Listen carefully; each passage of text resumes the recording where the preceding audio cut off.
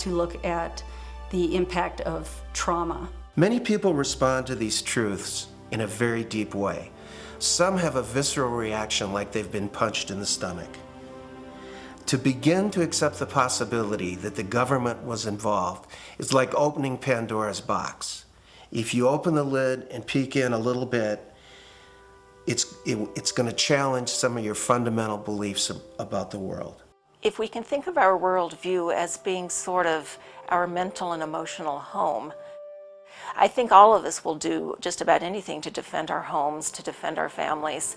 And so I see that with people, and I saw that with myself when my brother tried to talk with me about it, of don't mess with me, don't mess with my home, don't mess with my comfort with how things are. About a week later, I read a lengthy article by Professor Griffin about why he believes the official account of 9/11 cannot be true. And it was a very well-researched article. It was in my office at the time. I sat there and I felt my stomach churning. I thought maybe I was going to be sick. And I leaped out of my chair and ran out the door and took a long walk around the block, around several blocks, and just broke down. I understand now that what was happening was my worldview about my government being in some way my protector, almost like a parent, had been dashed, and it was like being cast out into the wilderness, I think is the closest way to describe that feeling. And I sobbed, felt like the ground had completely disappeared beneath my feet. And I knew at some point during the walk that I knew that I was going to have to become active in educating other people about this, that for me to retain any sense of integrity, I was going to have to take some action. I couldn't just let something like this go. When we hear information that contradicts our worldview, social psychologists call the resulting insecurity cognitive dissonance.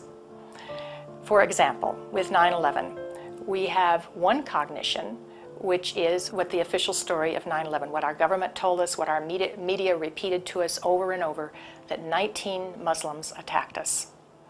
On the other hand, we have what scientists, researchers, architects, engineers are now beginning to tell us, which is that there is evidence that shows that the official story cannot be true. So now we've lost our sense of security. We are starting to feel vulnerable. Now we're confused. 9/11 truth challenges the beliefs that our country protects us and keeps us safe, and that America is the good guy. When your beliefs are challenged, fear and anxiety are created. In response to that, our psychological defenses kick in, and they protect us from these emotions. Denial, which is probably the most primitive psychological defense, is the one most likely to kick in when our beliefs are challenged. And it's a very, very uncomfortable state to be in. And eventually our mind shuts off. Just like when a computer is overloaded, our minds get overloaded. We can't handle it anymore and we shut down. And what some of us will tend to do is deny the evidence that's coming our way and stick to the original story, the official story, and to try to regain our equilibrium in that way. Another thing we can do is decide to look at the conflicting evidence and be sincere and be open-minded and look at both sides of the issue and then make up our own mind about what reality is. Here are a few of those spontaneous initial reactions to hearing the contradictory evidence about 9/11. I don't want to know the truth, or I'd become too negative and psychologically go downhill. I'm not sure I want to know. If this is true, then up would be down and down would be up. My life would never be the same. Fran, I refuse to believe that many Americans could be that satanically treasonous. Someone would have talked. But these are beliefs. They are not scientific facts. But these beliefs do keep us from looking at the empirical evidence. Whenever we say, I refuse to believe, we can be sure that the evidence that's coming our way is not bearable and that it's conflicting with our worldview much too much. As I thought about all of these responses, I realized that what is common to every one of them is the emotion of fear. People are afraid of being ostracized, they're afraid of being alienated, they're afraid of being shunned, they're afraid of their lives being inconvenienced, they'd have to change their lives, they're afraid of being confused, they're afraid of psychological deterioration, they're afraid of feeling helpless and vulnerable. And they're afraid that they won't be able to handle the feelings that are coming up. None of us want to feel helpless and vulnerable. Healing comes through facing the truth, experiencing it, allowing the feelings to come in, so that if there are feelings of fear that perhaps these events were caused by something that we haven't thought about yet, dark elements within our society, for example, we'll let that come in and explore it. Let the light shine on whatever happened. This will be the most healing process. After World War II, part of the way that Jewish people honored the dead was by making sure that the truth was known and that the value of these people was respected. Not pursuing the truth about 9/11 disrespects the value of the life of the people that died. Thinking that we're above such things, that it could happen in other countries, but it couldn't happen here, that's a lack of humility, and that's excessive pride. And so not being able to see our dark side or our weaknesses is the most dangerous thing. A feature of American history that makes us particularly liable to this pride is this notion that's called exceptionalism, that America is the exceptional nation. And that began from the beginning. As this country was formed, the people would say, well, there was so much evil in the European countries, so much cheating, so much lying, so much using the people for the ruler's purposes, but not in America. We have leaders that are free from those sins. So I think this has made 9/11 particularly difficult for Americans. So we need to understand that questioning is patriotic. Questioning is what we're supposed to do as citizens. That's our duty.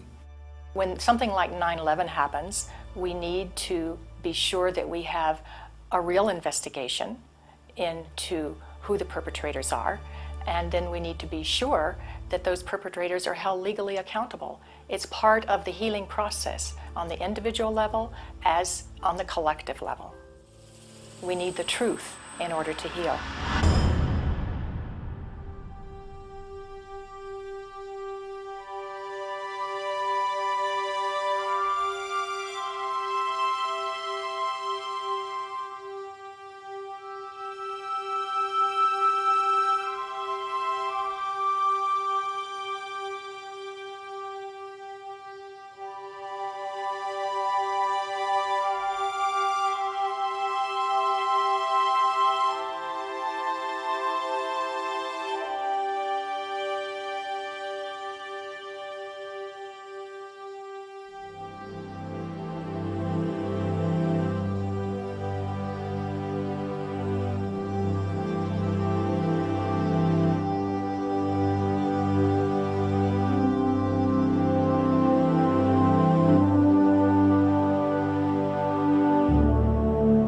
My name is Bob McIlvaine. I'm from right outside the Philadelphia area, and I'm the father of Bobby McIlvaine, who was killed in the lobby of the North Tower on September 11, 2001. Bobby was one of the first 10 bodies found. We took him home that week. We were one of the few. I finally found the doctor who examined him. All his injuries were in the face, the front of his face was blown off, massive cuts in his chest and his right arm were blown off. To me, that means explosion. What happened on September 11th was the tragedy where Neil was on Flight 175 and it crashed into the second tower. And I can't imagine what happened to him. My brother was my best friend. David has always been a firefighter. My brother went in to save people's lives. I'm a family member trying to find out the answers to the murder of 3,000 plus people. I'm Jane Policino.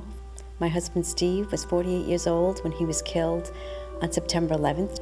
I have no identification. Why is that? It seems to me we should know why over 1,000 victims there are no trace for, and no identification, no trace of over 1,000 victims. Just a few years ago, they were still finding body parts on the roofs of buildings. What is that?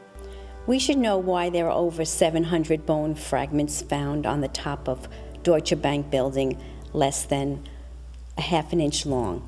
We should have that information. Why were they up there? Why weren't they found? What kind of explosion was there? And the explosions were brought up many a times, talking to firemen, talking to medics, talking to everyone. Everybody talked about these explosions. I want the officials that are in power to ask the questions. I want answers. Please look at architects and engineers. People all around the world, scientists, all around the world are questioning this. When you bring science into the equation, that's so important because you can't argue against science. And there's some deep, deep explaining to do. The bottom line is that it needs to be investigated properly. We will never heal. This country will never, ever, ever forget that day. We have to demand a new investigation. I want justice here.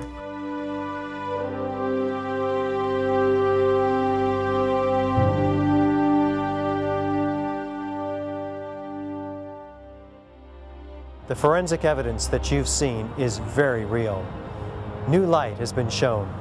A third beam now reaches into the pitch black sky and stands in for the still officially unexplained free-fall destruction of the World Trade Center Building 7. The obvious dark truth about Building 7 may very well provide the key to justice for the victims of family members of the destruction of the Twin Towers. The country owns this. We were all victims. You all should want answers. It's not just ours, not just mine. We all lost something that day.